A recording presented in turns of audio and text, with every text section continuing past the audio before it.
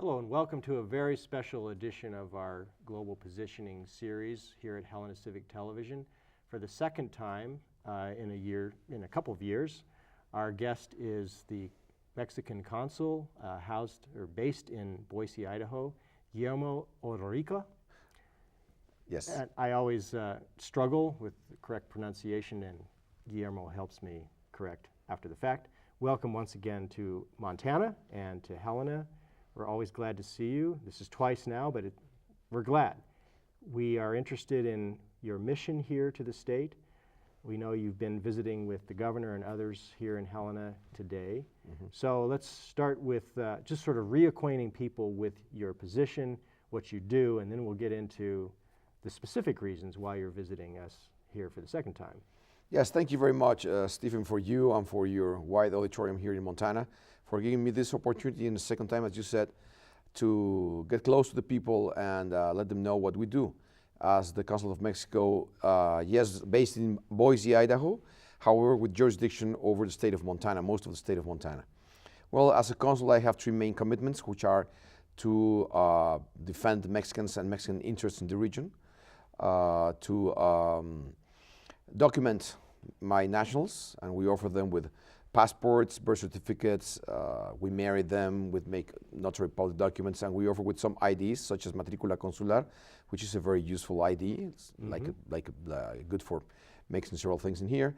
And also for promoting the good name of Mexico, and of course, promoting Mexico as a nice destination for trade, commerce, tourism, and considering that we are partnered to the United States through NAFTA and with Canada, and we are not just good friends and neighbors, but we like to cooperate in good terms always. Yeah.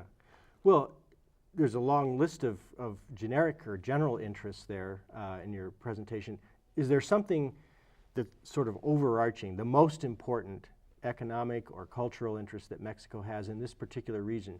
As you mentioned, you cover a lot of ground. We talked about this last time. You've got Montana, which is large, but you've got this huge swath of territory in the west-northwest, Nevada, Idaho, some other states parts as well? of Oregon. Yeah. Yeah. So what's the primary interest, if you can designate number one for Mexico in this region? Yeah, well, in this region, it's a combination of two things, which is, of course, to offer our nationals with protection and to protect them the same as the interests of Mexico in the region. And at the same time, to promote Mexico, as I just said, considering that we are not just partners and friends to NAFTA and neighbors, also as a very important economy today in the 13th economy in the world. Yeah. According to Goldman Sachs, probably for 2015, in the year 2050, is going to be Mexico in the fifth place as the fifth economy in the world. We're your third partner to the United States, and the United States is our first partner. So considering all these things, the idea of being here is just to take care of my nationals and their legal and, of course, very natural interests, and on the other side, to continue promoting Mexico as your friend and trade partner. Yeah. I read not long ago, there's an organization called Stratfor. It's like a global intelligence, private intelligence gathering network. And this fellow, George Friedman, writes books about the next 10 years, the next 100 years. And in the book called The Next 100 Years, I recall that Mexico is a huge economic engine of the future, which you've kind of just alluded to. Yeah. And I think that's something for most of us in America to wake up to. Traditionally, we haven't been thinking that Mexico has a very powerful, strong economy with a young, burgeoning population, lots of natural resources, lots of interconnectivity with the rest of the world. Mm-hmm. Traditionally, we think of Mexico as that place down south. Now, I'm speaking, of course, from a Montana perspective. Mm-hmm. The few of us who are lucky enough to think about Mexico in a serious way and visit Mexico, it's usually to have fun, to go see something unusual, go to the ocean, immerse ourselves in a different culture. We don't think of it generally in terms of a place to do business, but we know that there is an ever-increasing volume of trade and investment in North America involving the three NAFTA partners. Mm-hmm. So that's a long-winded way of winding around to, can you tell us a little bit about the composition of trade and Yes. investment going back and forth from this Yeah. region. When you look, Steve, at figures between Mexico and the United States, is really impressive. Those figures really tell you the importance of our partnership and the dynamic of the economic relation that we have. We are, as I told you before, the first partner to the United States, the third partner to the United States, and you are the first partner to Mexico. We have an exchange of goods and trade that is the equivalent of $500 billion a year, always with a tendency to increase.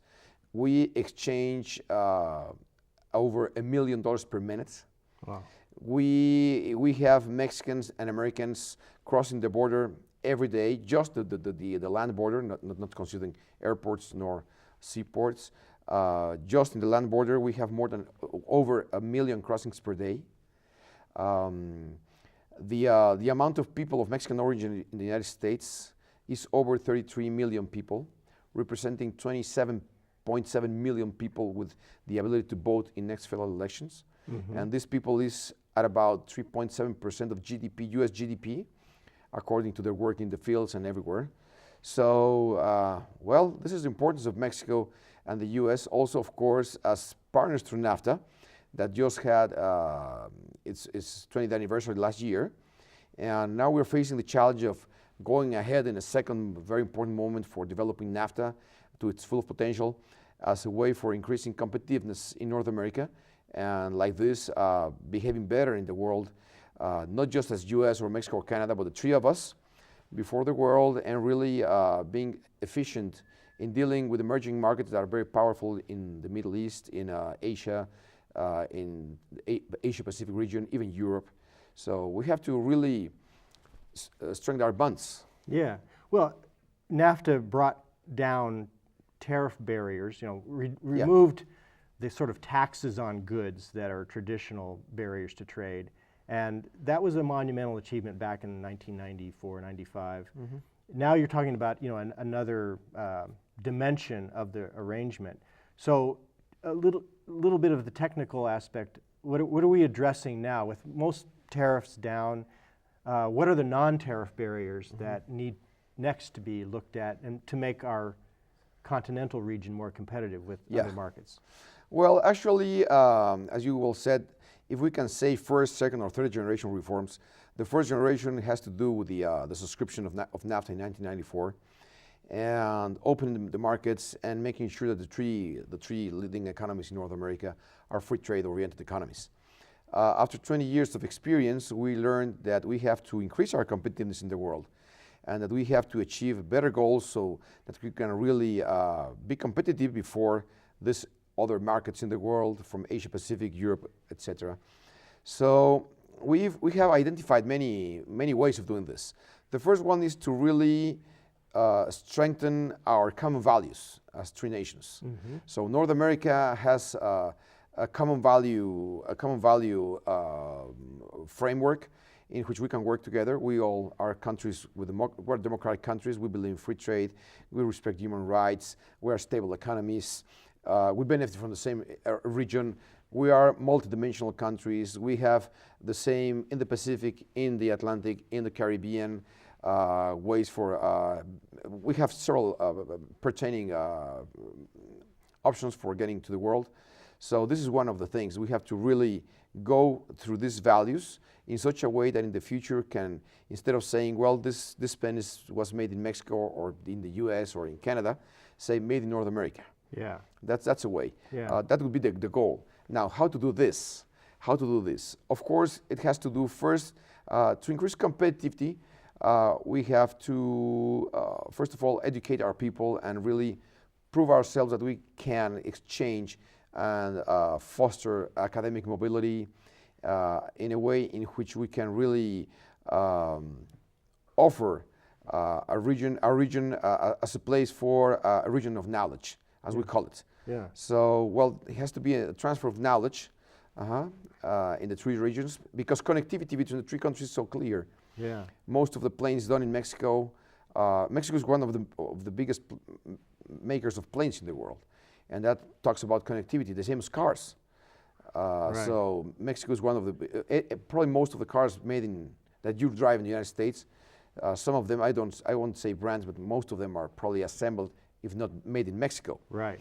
Lots of parts, lots of Yeah, but I mean, higher-end manufacturing. yeah, and actually the and car cars itself, themselves, yes. the car itself could be German in the origin, the brand, but it's probably going to be made in Mexico. I know what brand you're talking about. Oh yeah, well, there's at least 4 brands Yeah. that you can talk about Germany. But anyway. Yeah, but I definitely appreciate your approach to this, the cultural foundations of business, so that it's, trade and investment, or we usually think of them as, transactional relationships, and they are. They are. But they have to be built on sort of these core values and trust Yes. among people. I mean, you can't, so much of what trade goes on now with the Far East, for example, not so much Japan, but China and other countries, it takes a long while to build up that trust, and we're dealing with unlike casts of mind.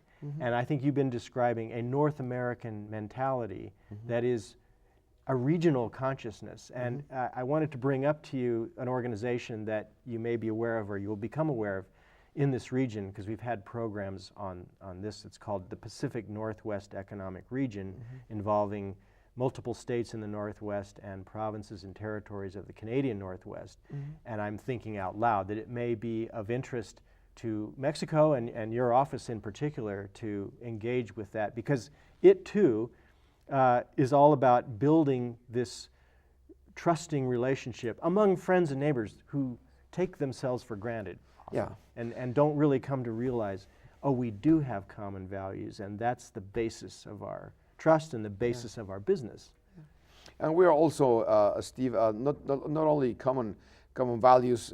We don't have only common values. We are also members of organizations. We share organizations such as not just NAFTA, but also the Trans-Pacific Partnership.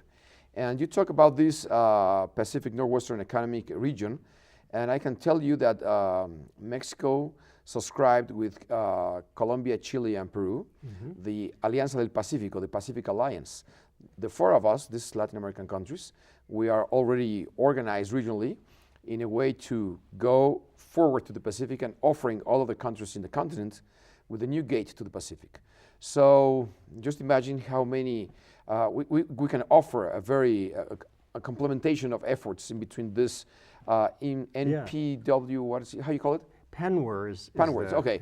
Okay, well, PNWER. with Alianza del Pacífico, Pacific Alliance. Why not to think great in a wider way? Why not to bring the ambassadors or people from these 4 countries, Mexico, Colombia, Peru, and Chile, to here or somewhere in Idaho to meet with these people, and have a great encounter and to talk about what we have in common. We have in common one region, which is North America, but we have in common another region, which is the Pacific Ocean. We are all neighbors to the Pacific Ocean. As you may know, the state of Idaho has a lot of interactions with Mexico on exports, and now they are facing, and probably the same as you, are facing trouble with their exports to the Pacific because of, unfortunately, a lot of strikes in the Pacific side of the United States, in the harbors. So in the case of Idaho, I know that, and they're looking to Mexico. We offer you with connectivity, roads, and world-class seaports. So just another route to get goods and services. It just goes south, and there's Mazatlan, and there is, of course, Manzanillo, there's Acapulco, there's Los Cabos, there's many other, Puerto Chiapas in the south, and you don't need to go through to the east and go down to the Panama Canal. You can go directly to us. It's just get the road. So this is the kind of connectivity that we need to address, and that we need to strengthen and to increase, as to make sure that the second generation of NAFTA, for example, can really be very useful for the 3 of us. Well, I know you're being based in Boise. You're probably intimately familiar with Idaho's export markets and processes. I've just noticed, just statistically, I don't really know very much about what goods are exported from Montana to Mexico. They're substantial. I think you're the 5th or 6th ranked trading partner. But there's been a noticeable decline in the dollar value of exports to Mexico from Montana. And I'm curious if you can speak to that, or would it have something to do with exchange rates or just shifting patterns of trade in certain goods? I think that it has to do with the market itself. We are true believers, the same as you, in free market. So market sometimes regulates itself. It has nothing to do with imposing any kind of tariff specifically to Montana or so at all. We're still being your third or fourth economic partner, depending what kind of statistics are you looking at. Yeah. So Mexico, let's say we're 3.5. Okay. So, and we receive from you a lot of exports from your fresh produce and seeds and agricultural products. So Right. we receive a lot of those things in Mexico, and we're very happy, and it's high quality products. So it's just the market itself regulating itself. It has nothing to do in specific with going against Montana or against Idaho or against, no. Right. It's just the market regulating itself. Well, getting back to the bit larger picture here in North America, so much hinges on energy trade, and the United States has become this net oil exporter. It's kind of amazing what's happened in the last decade or so. Canada's a major producer of oil and gas. Mexico is a major producer of oil and gas. So we have this energy linkage that's very strong and very much associated with our national and continental security. Of late, here in the state, there's been some concern about the declining price of oil. It's a global, worldwide glut of oil at the moment, driving prices down. It has an effect on our budgetary process here, since our legislature is in session. Oil isn't that important, but it has all these ancillary effects on the economy writ large. So I suspect that the price of oil is acutely important in Mexico, more so than in Montana, but perhaps not more so than to the continent at large. So tell us a little bit about your perspective on world oil prices and trends in the oil and gas market. Yes. Well, first of all, yes, Mexico's oil is the first source of income for my country. We're an oil-producing country. However, we don't depend just on oil. So we have a very diversified market. And this is, of course, the drop on the oil prices have affected the economy, but it doesn't mean that we have affected fundamentally the national economy. We still work in many other areas. The economy is stable. We have good reserves, so we're still doing well. We're not just depending on that. We do depend on many other things. Yeah. Mexico is one of the first 10 leading countries in tourism in the world. So this is offering also very important income to our country. Remittances are important for us also from people living in other countries. And we have a wide range of activities, industrial and of course business and all sort of activities that make us a country that has a future. I mean, we're not just depending on wine and crack on that. No. Well, of course, we're suffering the same as you a little, but this is not the only way of dealing with our national economy. Yeah. Now, well, for the moment, Mexico has just gone through a very important process of reforms, what we call transformational reforms, under the leadership of President Peña Nieto and with support of the Congress. They approved last year several important reforms, including the energy reform. And this is opening up the market to investors. Exactly. Foreign companies, not Exactly. just the national oil company. Pemex has sort of dominated the industry. Pemex was the national industry, and well, that's still being the national industry. However, now we have the Pemex has opened, and the oil industry is open now to foreign investment in all the stages of extraction, processing, even selling fuels, etc.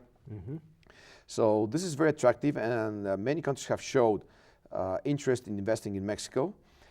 We are the 9th oil producing and oil economy in the world.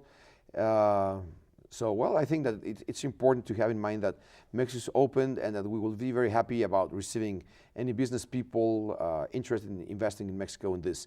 We offer conditions, we offer security for those investments. We offer very nice financial conditions.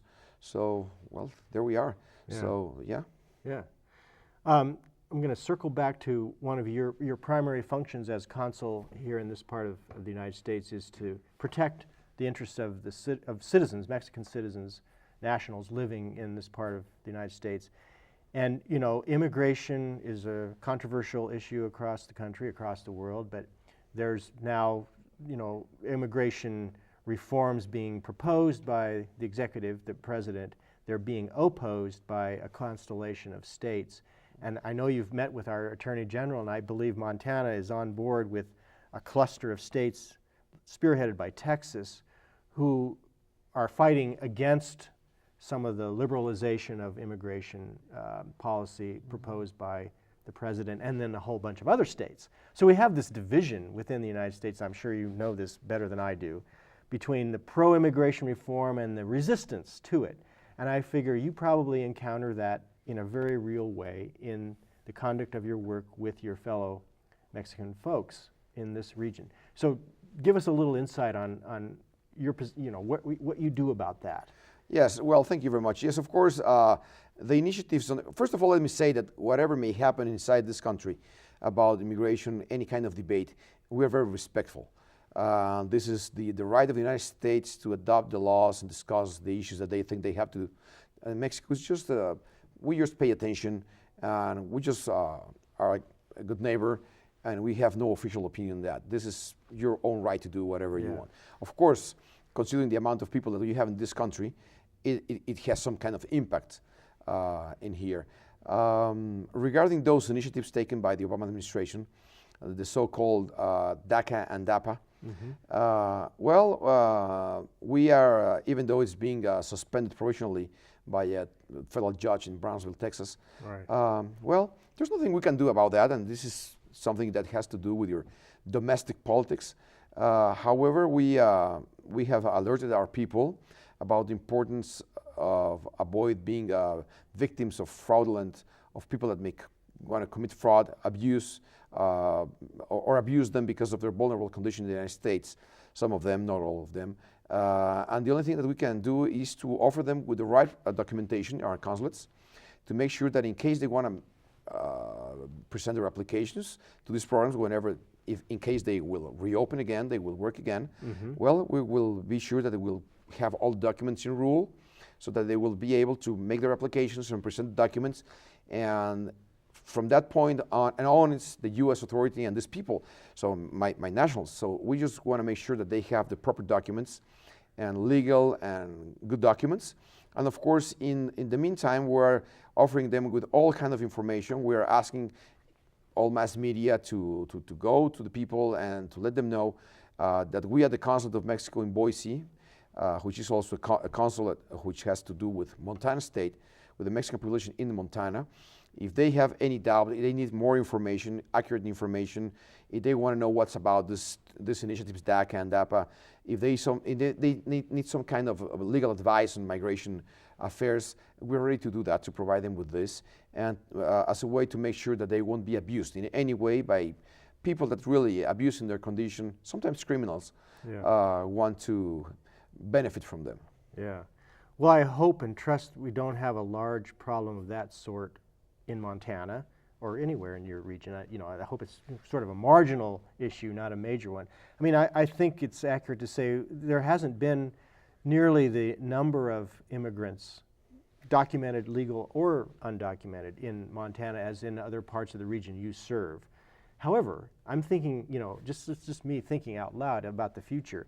We have one of the fastest aging populations in America, in Montana. We are growing old fast, too fast. It's scary.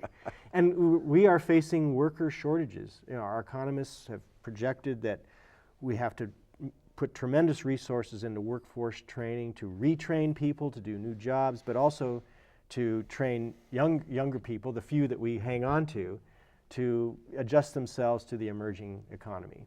So that's one way of saying, we need more workers in Montana, and it would be pleasant, if we had a more diverse population in Montana. In other words, I'm saying just personally, I hope you find more work in our state not to solve problems for people who are being abused or exploited, but to actually help us all understand that we could benefit from a larger population than we've ever had in the years ahead. It's all part of the natural market force inexorable social and market force. But we're graying, and Mexico is a very young country compared to the United States. Yeah. And it's like many countries around the world with populations burgeoning under age 30, and we're not. We are over 50% of our national population under the 25 years of age.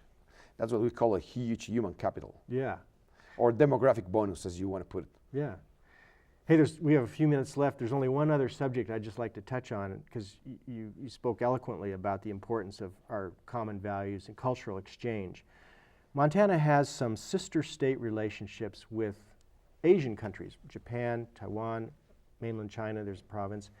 And I wonder if in your work you are knowledgeable about states or counties or even local communities who may have sisters in Mexico, and if that might be something we might want to promote. Well, to get, as an early experiment here. That is true. International relations has to do also with the cultural exchanges and with really getting close to friends in other countries. So as far as I know, there's no, in between Montana and Mexico, there's no bonds of this kind. However, I have very intensively promoted the Twin Cities project between Helena, the capital city of Montana, with Isla Mujeres, which is an island. A city itself is a county in the Caribbean, aside from Cancun.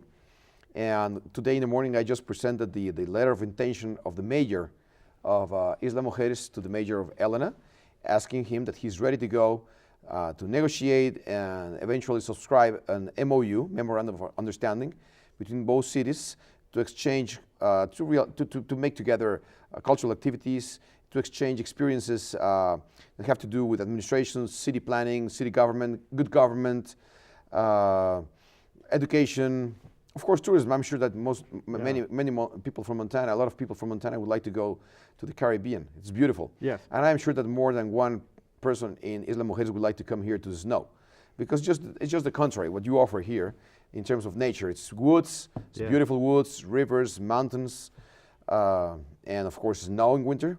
And we will offer you eternal paradise in the Caribbean. So, well, okay, you sold me. This is very good news. We will pursue it in your absence. But Guillermo Orrica, thank you so much for being with us here again. We look forward to your next visit, and I look forward to the relationship between Helena and a Caribbean county. That sounds perfect for the people I know. So thanks once again. Thank you very much, Steve. Thank you very much. And thank you for watching. We'll be doing this again.